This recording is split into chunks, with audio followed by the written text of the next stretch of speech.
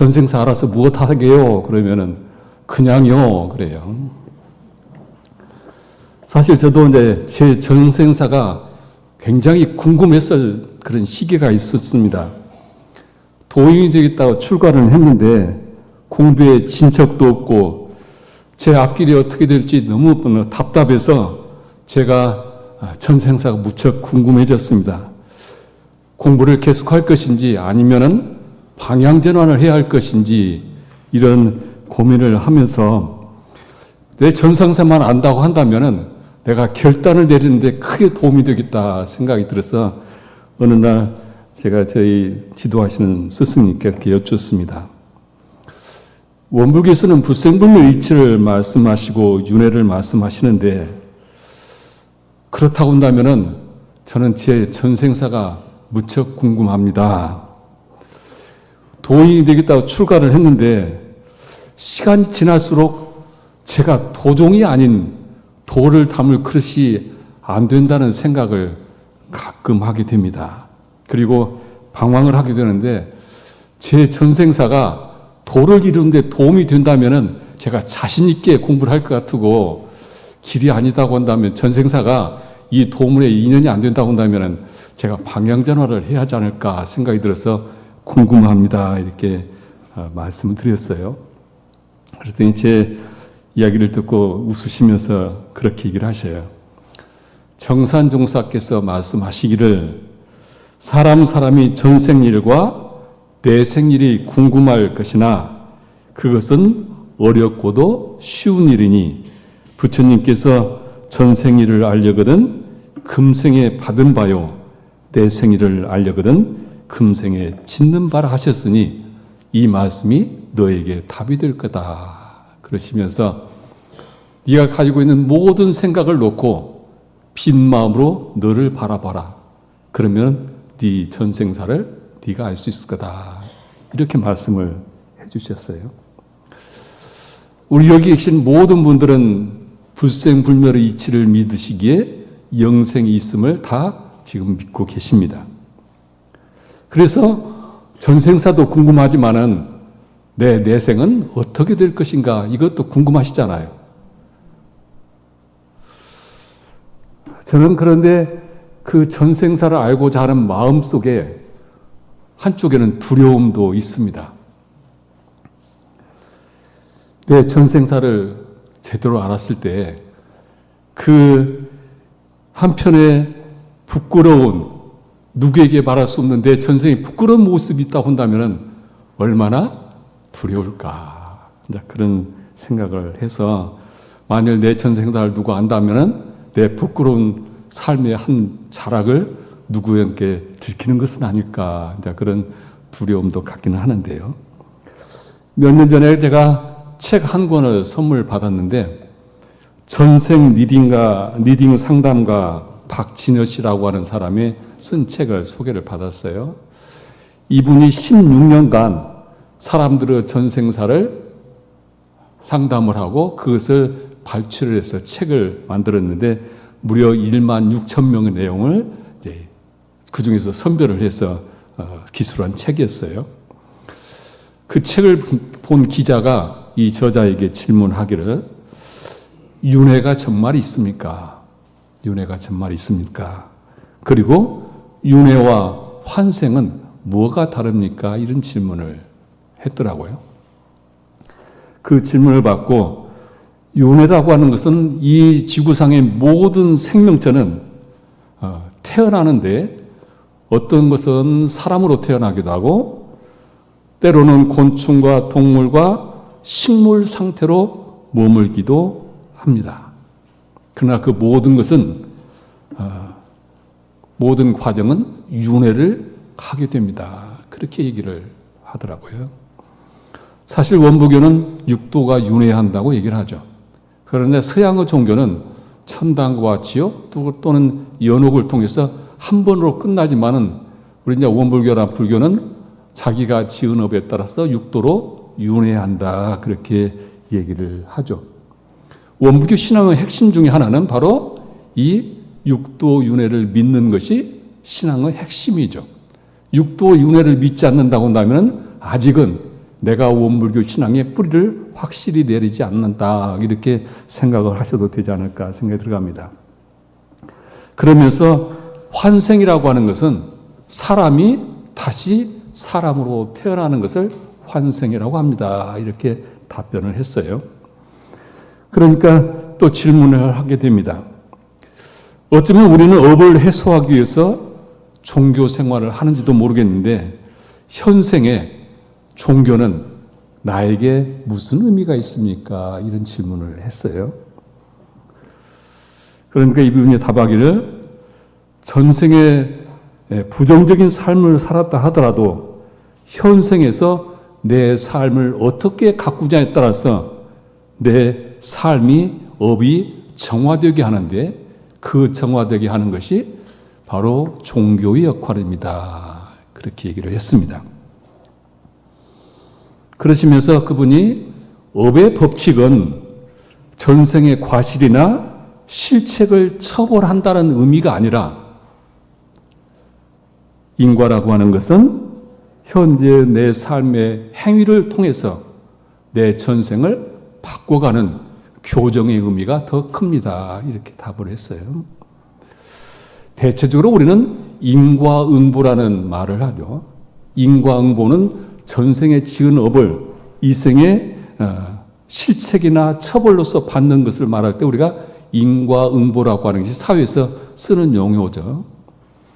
근데 대종사님께서는 인과보응이라고 했는데 사실 원불교에서 말하는 인과보응은 전생의 벌을 그대로 현재에 받는 것을 인정하는 것이 아니라 이생의 내 삶을 교정을 해서 더 나은 삶을 가고자 하는 교정의 의미가 원불교 인과보응의 이치의 핵심입니다.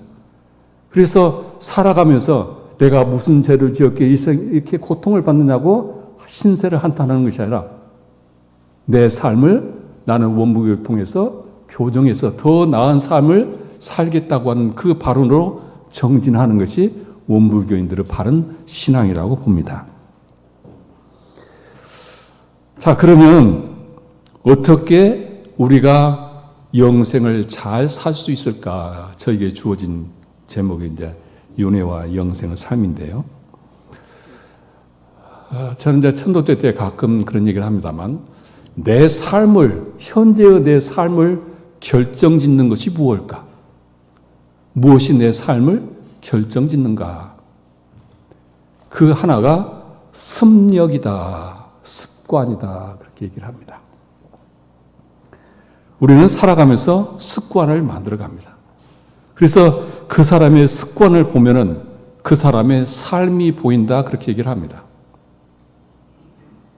3살 버릇 80까지 간다는 말이 있는데 그것은 습관이 그 사람의 일생을 지배한다는 말도 되고 한 번 들인 습관은 바꾸기 그만큼 어렵다는 뜻도 있습니다. 이 습력이라고 하는 것은 내가 그것을 너무 좋아해서 만들어진 습이 될 수도 있고 우리가 미워하면서 닮아간다고 원망하면서 닮아가는 습도 있습니다. 그래서 우리가 착심이다 그러죠. 좋아하는 것에 착심을 들이면 그것이 내 습관이 되고 또한 미워하는 원착에 내가 착심이 강해지면 그것 또한 습관이 되는 것이죠. 이 생에 잘 살고자 한다면 다음 생을 다 잘 살고자 하면 좋은 습관 들이는 것이 굉장히 중요하다. 이 말씀이죠. 보통 사람들은 내 삶에 어려움이 닥치면은 전부 누구 탓을 하게 되죠. 그런데 가만히 보면은 내가 어떤 습관을 들이느냐에 따라서 내 삶의 모습은 보일 수밖에 없습니다. 그래서 좋은 습관 들이기가 굉장히 중요한데 사회에서도 좀 좋은 습관 들이는 그런 책들이 많이 나오죠. 요즘에 젊은 사람들이 챌린저라는 것을 하죠. 인터넷으로. 이게 전부 다 좋은 습관 들이기 위한 하나의 방법들이고 우리 원불교에서 말하는 유모념 대조도와 모두가 좋은 습관 길들이기입니다. 우리가 이렇게 정기적으로 법회를 보고 계문을 대조하고 이 모든 것도 좋은 습관을 들여서 내 삶을 더욱더 은혜로운 삶으로 진급의 삶으로 이루어지는 것이다. 그래서 우리가 깨달음도 중요하지만은 내 삶을 정말 은혜롭게 바꾸자 한다면은 내 습관을, 좋은 습관 길들이기를 소홀히 해서는 안 된다. 그것이 현재 내 삶을 결정하기도 하고 이것이 다음 생의 삶도 결정을 한다. 다음으로 우리의 삶을 결정하는 것이 있습니다. 그것이 업력이다, 그렇게 얘기를 합니다. 우리의 삶은 수급을 윤회하면서 업을 쌓게 됩니다. 선업은 선업대로, 악업은 악업대로 과를 받는다, 그렇게 말씀을 하셨습니다.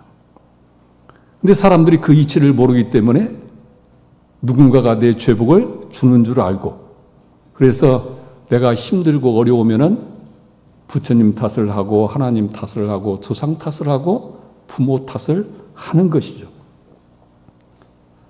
그런데 유명한 명리학자가 그런 얘기를 했습니다. 모든 사람들의 사주팔자는 태어난 시에 그 사람의 운명이 있는 것이 아니라 그 사람이 지은 전생의 인과 응보에 의해서 삶이 결정됩니다. 그런 얘기를 했어요. 연초가 되면 사주팔자 궁금하시죠? 여기 아마 너무 궁금해서 또 삶의 어려움이 닥치면은 그 어려움을 극복해보자 점집을 많이 찾으실 겁니다. 오죽 답답하시면은 가시겠어요? 고등교육을 받은 수많은 우리 사람들이 요즘에 점집들을 많이 가고 타로를 보고 관심이 많아서 그 점집의 연간 수익이 몇 조 원이 된대요. 그만큼 우리는 내 삶에 대한 불안함을 가지고 늘 살고 내 미래를 우리가 궁금해 하는데 이 명리학자 말은 그럽니다. 보통 사람들은 80%를 전생에 지은 업으로 오고 20%는 내가 노력을 해서 내 삶을 바꿔간다. 그래서 이 보통 사람들은 우리가 말하는 대로 사주팔자 운명대로 살 수밖에 없다. 그래서 사주팔자가 보면 점보고는 거의 맞추잖아요. 내가 그렇게 사는 것이죠. 그 팔자대로. 그래서 보통 사람들은 이렇게 살면서 운명대로 자기 인생을 사는 것이고, 기도를 많이 하는 사람들은 50대 50으로 철력의 힘을 빌어서 자기 운명을 바꾼다고 합니다. 그리고 50%는 자기 업대로 살아간다. 청운선사란 아주 유명한 사람이 있는데 이분이 그런 얘기를 해요. 운명을 바꾸는 가장 효과적인 방법은 기도에 있다. 기도가 바로 철력을 받아서 운명을 바꿔주는 역할을 한다. 그렇게 얘기를 했습니다. 그래서 모든 종교마다 기도를 말하지 않은 종교가 없죠. 그들이 전생을 인정하든 안 하든 내 삶을 바꾸기 위해서는 철력의 힘을 빌어야 한다. 우리 원불교에서는 이제 자신할 만한 타력을 얻어야 한다. 그렇게 말씀을 하고 계시죠. 그리고 기도를 많이 하고 생사연말을 하는 그런 수행자들은 80%를 자기 인생을 바꾼다고 합니다. 20%는 전생업을 완전 소멸할 수 없기 때문에 20%는 전생 영향을 받고 80%는 자기 사주팔자를 바꾸게 된다. 대종사님께서 말씀하신 사주팔자를 바꾼다는 원불교 법은 원불교를 믿는다고 해서 전생의 업이 완전 일소되는 건 아닙니다. 어느 정도는 전생의 업을 받지만은 내 정진의 힘으로 80%를 바꿀 수 있다는 말씀입니다. 오래된 일이지만은 제가 천도주 때 소개하는 실화를 하나를 소개할 때마다 말씀드렸는데 이군 사령관을 지냈던 박은용 장군이 있습니다. 이분이 불심이 아주 장한 대표적인 군에서도 알아준 분이었는데 스스로 절을 짓기도 하고 종각들 세우도 많은 불사를 했던 분인데 어느 날 이 집에 불행이 닥쳤습니다. 서울대학교 재학 중이던 외아들이 급사를 한 일이 생겼습니다. 해수욕장에서 익사를 했어요. 그래서 대구 동화사에서 천도제를 지내게 됐습니다. 이제 많은 군의 장성들과 또 불교의 많은 스님들이 천도 종제를 지내게 가득 법당을 채웠는데 천도제를 한참 진행하는데 갑자기 이 박장군이 벌떡 일어나더니 소리를 치게 됩니다. 야, 이놈의 새끼야. 목을 비틀어도 시원찮을 놈이 그러면서 막 소리 지르고 천도제가 중제가 끝나지 않았는데 중간에 나가버렸어요. 사람들이 다 놀래고 얼마나 그 천도제자 식장이 사람들이 염려를 했을까 이제 짐작이 됩니다. 저녁에 이 사령관이 헌병대장을 시켜서 동화사 스님을 모셔오라고 해서 차를 타고 가면서 헌병대장이 얘기를 합니다. 그 집에 유일한 외아들 하나를 그 아들이었고 아주 공부를 잘해서 서울대학교를 갔습니다. 근데 여름에 간포의 수욕장에 친구들 셋이 목욕으로 갔다가 사람들이 많으니까 절벽에 올라가서 다이빙을 하러 3명이 올라가서 뛰어내렸는데 2명은 물 위에 다 나왔는데 1명이 나오질 않았고 그 1명이 사령관 아들이었다. 잠수부를 동원해서 가보니까 뾰족한 바위가 있었는데 그 바위에 명치가 찔려가지고 그대로 익사를 했더라. 그 얘기를 듣게 되었습니다. 사령관 숙소에 들어가니까 사령관이 스님을 보고 큰 절로 인사를 합니다. 그러면서 제가 그동안에 불교를 믿는다고 사람들한테 그렇게 소문이 나 있는데 저는 껍데기 신앙만 했습니다. 저는 오늘로 이제 참담 부끄럽지 않은 제가 불자가 된 것 같습니다. 스님의 의하에서 도대체 무슨 말씀이냐 했더니 얘기를 그렇게 합니다. 6.25 당시 저는 30여 단장이었습니다. 이게 이제 수복을 하면서 백두산에 제일 먼저 태극기를 우리 부대가 꼽아야겠다는 그 마음으로 제일 앞장서서 전투를 했다고 합니다. 그래서 북진을 계속하는데 어느 날 이승만 대통령으로부터 소집이 명령이 내려와서 그래서 이제 경무대를 가면서 부관한테 얘기하기를 정보에 의하면은 중공군이 참전한다고 한다. 그러니까 방비를 절대 소홀히 하지 말고 내가 없더라도 네가 부대를 잘 인솔해서 우리 부대가 꼭 백두산에 태극기를 꼽도록 하라고 부탁을 하고 갔습니다. 근데 우리가 가는 날이 장날이라고 서울로 내려가는 사이에 그날 중공군 30만이 인해 전술로 밀려와서 그 30여 던 모든 부대원들이 거의 전멸을 했다고 합니다. 소식을 듣고 부랴부랴 가보니까 사람이 자기 부하들을 발견할 수가 없어요. 천막에서 낙담을 하고 있는데 죽은 줄 알았던 부관이 들어오는 거예요. 처음에는 너무 반가웠고 그 다음에 너는 어떻게 살았냐 했더니 주필 준비도 해요. 그래서 다그치니까 그 시간에 저는 저녁에 온천을 갔다 왔습니다. 그래요. 누구하고 갔냐 그랬더니 기생들하고 같이 갔다. 얼마나 화가 나든지 너는 군법 회의에 올릴 필요도 없다면서 총을 들어서 그 자리에서 명치 쪽에다 총을 3발을 쏴서 직사를 시켰다고 합니다. 그게 21년 전인데 오늘 천도제를 지냈는데 그 위패에 그 죽은 부관의 얼굴이 그대로 떠올라서 저도 모르게 소리를 질렀습니다. 돌아와서 생각해 보니 그 시간, 그 부관을 죽였던 것과 지난 시간을 보니까 결국은 그 부관이 저희 아들로 와서 저에게 대못을 갖고 또한 그렇게 간 것 같습니다. 인과라는 것이 이런 것이라는 것을 제가 완전히 깨달았습니다. 그렇게 답을 얘기를 했다고 해요. 그러니까 인연이라고 하는 것은 이런 것이다. 현재 우리 눈으로 봐서는 모르지만은 우리의 삶은 윤회에서 인과라는 것을 벗어날 수가 없는 것이다. 선업을 쌓으면 선업대로, 악업을 쌓으면 악업대로 우리의 삶의 그 업력을 벗어날 수가 없는 것이다. 그래서 대종사님께서 사람의 영식이 육신을 떠날 때 그 업력을 따라간다고 했고, 그 업력이 사주팔자로 해서 우리에게 이생의 삶의 굴레가 되는 것이죠. 자, 어떻게 해야 할 것인가? 앞서 이제 잠깐 말씀을 드렸고, 자, 그 다음에 이렇게 업력을 믿고 업력에만 의지하고 살아가면은 운명에 떨어질 수밖에 없죠.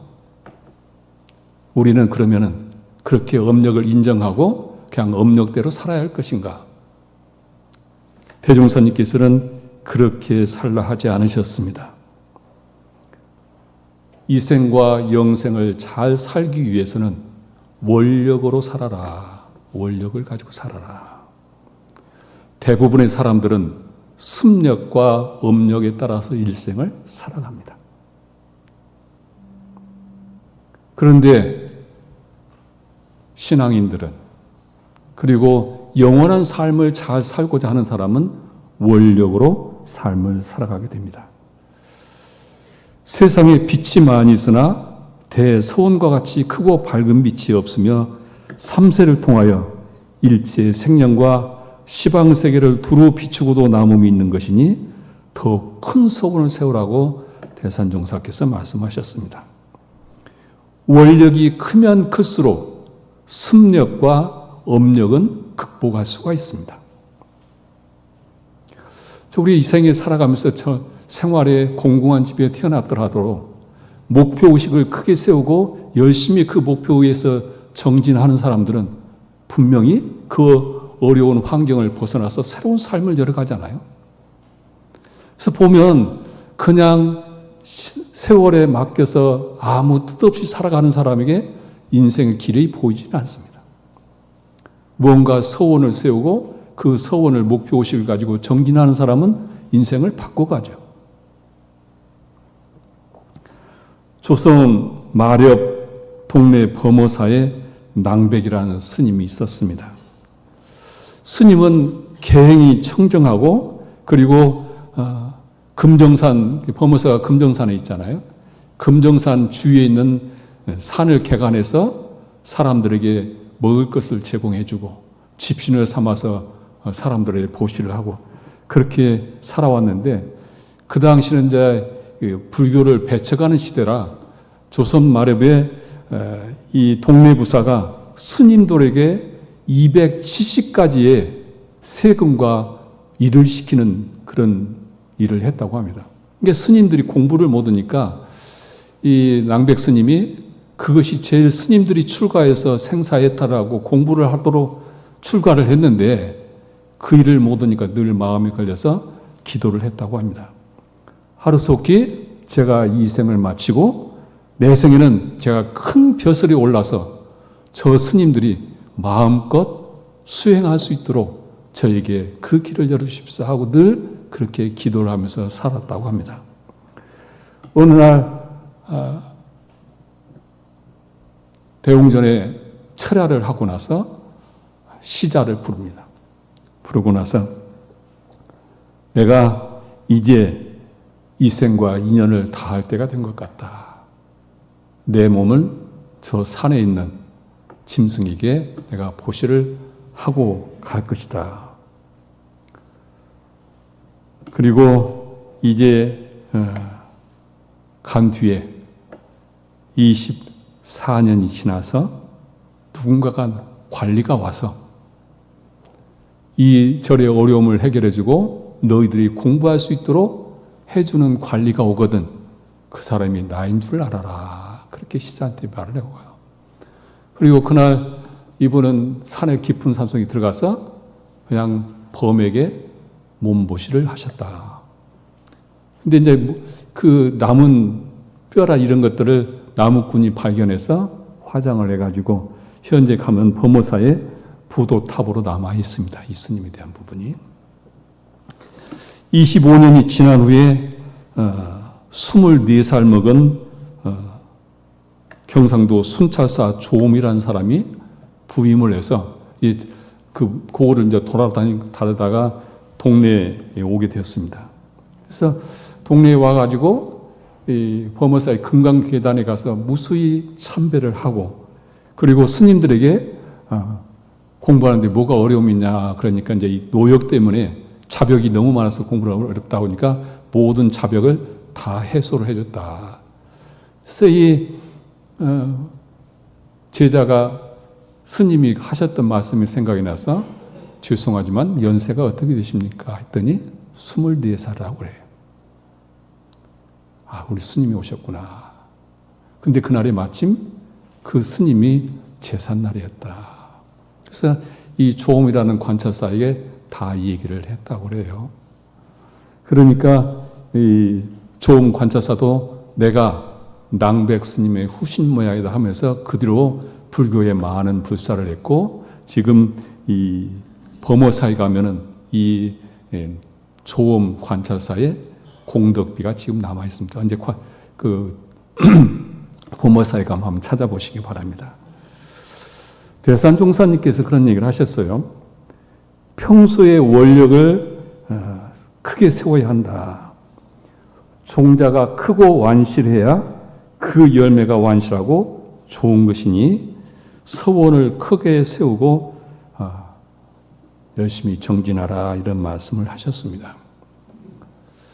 참 우리 모든 원불교 교도님들이 다 원력으로 사시죠. 늘 이론상 서원문에 이론의 위력을 얻고 이론 최상에 합하도록까지 서원합니다고 늘 외우고 살아요. 자, 그 서원이 머릿속에 있는 지식인가, 내 입에서 말로 나오는 앵무새같처럼 외우는 것인가, 실제 내 마음속에 정말 서원인가를 한번 생각해 보셨으면 좋겠는데, 저는 금년에 서울교육고 평년을 말하면서 대종사님께서 서울에 오신 이유 중에 하나는, 물론 인연을 만나기 위한 것도 있지만 하나는 모든 인류에게 참다운 영생을 잘 살 수 있는 서원을 주기 위해서 오셨다, 저는 그렇게 해석을 합니다. 육타원 이동진화 선지님이 왕가의 여인이었지만은 대종사님을 만나서 성불하는 것과 제중하는 일이 제일 크고 귀하다는 이라는 말씀을 법문을 받들고, 그 법문을 듣고 이분이 인생의 변곡점을 만들어서 그래서 원불교 교도가 되고 나중에 출가까지 하셨죠. 이 성불제중 서원은 육타원님에게만 준 서원이 아니다고 봅니다. 우리 모든 원불교인들이 정말 내 삶을 더욱더 행복하게 진급의 길로, 은혜의 길로 가기 위해서는 바로 성불제중의 서원을 굳게 세우고 정진하라는 그런 뜻이 아닐까 생각이 들어갑니다. 원력이 큰 사람들은, 비전과 목표의식이 투철한 사람은 자기 인생을 분명히 바꾸게 될 것입니다. 저는 각 교당에 순방을 하면서 교정지도 할 때는 늘 그 교당이 무슨 비전을 가지고 있느냐고 묻습니다. 비전이 확실한 교당은 기대가 되지만 비전이 없는 교당은 사실은 저는 기대가 없습니다. 우리 개인도 원력을 크게 가진 사람은 자신의 삶을 바꿔가게 되고, 그리고 내생도 그렇게 바뀐 삶을 살 것입니다.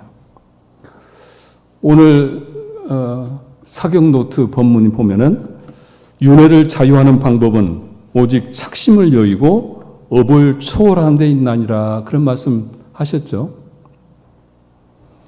원력이 습력과 업력을 벗어나서 내 인생을, 내 사주팔자를 바꿔서 이생뿐만 아니라 영생을 진급의 길로, 은혜의 길로 인도해야 하는 비법이 거기에 있다.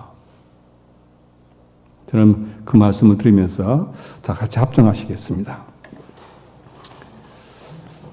거룩하옵신 법신불 사은이시여, 후천 개벽 효상에 귀하여 영생을 알게 되었고, 죄복과 명지 장단의 이치를 알게 되었고, 윤회의 수레바퀴를 굴릴 수 있는 참다운 자유와 해탈의 길로 인도해 주심을 감사하나이다. 저희의 삶은 습력의 영향을 받나이다. 그래서 저희는 좋은 습관을 기르기 위해 법회정진, 계행정진, 유무념정진으로 하루하루를 은혜롭게 하고자 하나이다. 저희의 삶은 업력의 영향을 벗어나기 쉽지 않사옵나이다. 수많은 세상을 드나들면서 지은 악업을 벗어나 업장 소변의 삶으로 영생을 억으로부터 자유롭기를 원하오니 참회 정진 기도와 복회 정진하게 하옵소서. 저희의 삶은 원력으로 새롭게 열어가오니 대종사께서 주신 성불체중의 원력으로 살아가게 하옵소서. 그래서 속박의 길을 놓고 해탈의 길을 찾아 한없는 복락과 해탈의 길을 개척하여 영생을 해독은 입지 않으려고 은혜를 입도록 강급은 되지 않고 진급이 된 삶을 살도록 저희에게 신분의성으로 정진하고 정진하게 하옵소서. 저희 마음과 일심으로 비옵나이다. 감사합니다.